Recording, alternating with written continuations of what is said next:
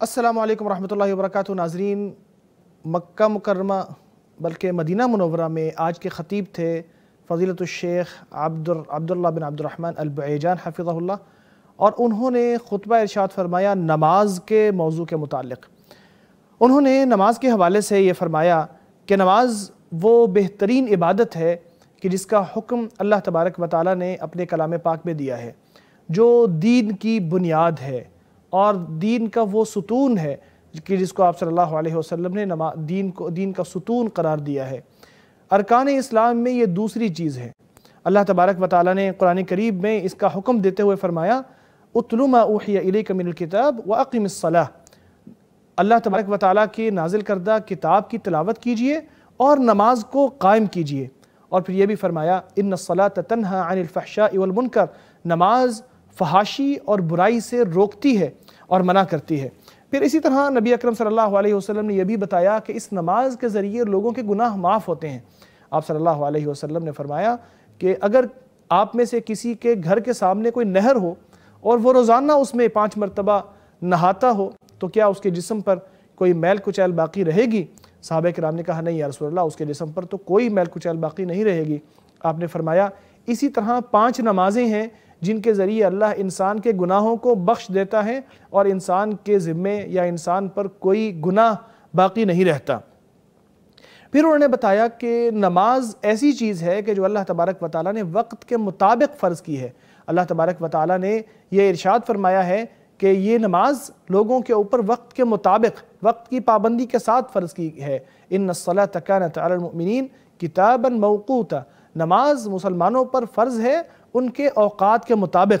और इस नमाज को वक्त के ताख़ीर के साथ पढ़ना या वक्त गुज़र जाने के बाद पढ़ना या उसमें इतनी ताख़ीर करना कि नमाज का वक्त ही गुज़र जाए, ये जायज़ नहीं है। बल्कि ज़रूरी है कि हर मुसलमान नमाज को उसके वक्त पे अदा करे जो अल्लाह तबारक व तआला ने उसका वक्त रखा है। और अल्लाह तबारक व तआला ने इस नमाज में कुताही करने वालों को वईद सुनाते हुए फरमाया है कि फ़वैलुल लिल मुसल्लीन अल्लज़ीना हुम अन सलातिहिम साहून, तबाही है उन लोगों के लिए, उन नमाजियों के लिए जो अपनी नमाज़ों से गफलत बरतते हैं। अहले इल्म कहते हैं इसका मतलब ये है यानी वो नमाज़ों में इतनी ताख़ीर करते हैं कि उनका वक्त गुज़र जाए।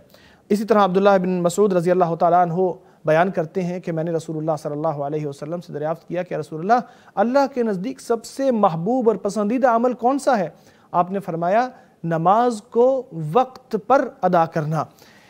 फिर उन्होंने ये बताया कि घर में वालिदैन की ज़िम्मेदारी है कि वो अपनी औलाद को इस बात की तरबियत दें कि वो नमाज को वक्त के ऊपर अदा करें, उसमें ताख़ीर न करें, उनको हुक्म दें। अल्लाह तबारक व तआला ने कुरान करीम में इरशाद फरमाया है वअमुर अहलका बिस्सलाह वस्तबिर अलैहा, खुद भी नमाज पर कायम रहो और अपने घर वालों को भी उसका हुक्म दो। बल्कि इस आयत में घर वालों को हुक्म देने का जिक्र पहले किया कि अपने घर वालों को भी नमाज पढ़ने का हुक्म दो और ख़ुद भी उस पर कायम रहो।